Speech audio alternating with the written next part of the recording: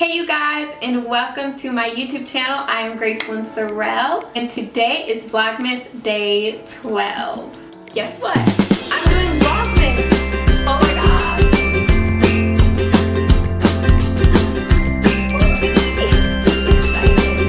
Alright, so I came across the scripture the other day, and I was like, oh snap, like, I understand temptation much better. It's in James 1:14. It says, but each person is tempted when they are dragged away by their own evil desire and enticed. I thought that temptation was like from the enemy, like this is all the enemy's fault, but I never thought that temptation had anything to do with me, but just Satan and like him with his little schemes and tactics. Take delight in the Lord. He will give us the desires of our heart.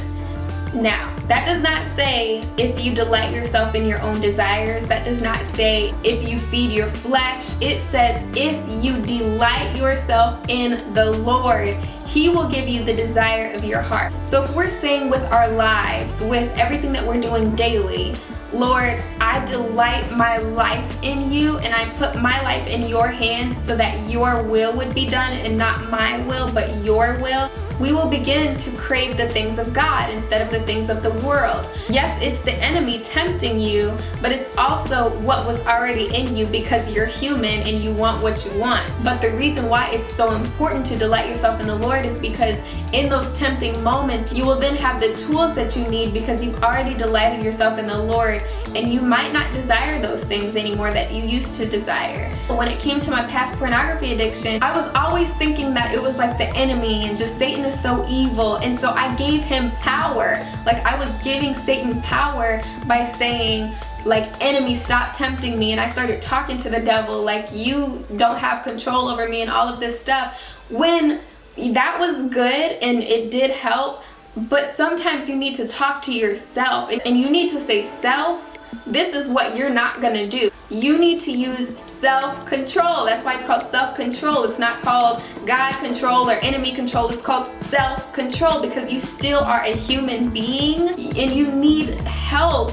so that when the enemy does present himself, you can say, I delight myself in the Lord, and I'm going to use self-control in this moment, in this heated moment, in this active moment to say, you know what? No, I am delighting myself in the things of God, and this will not control me, but I'm going to control it.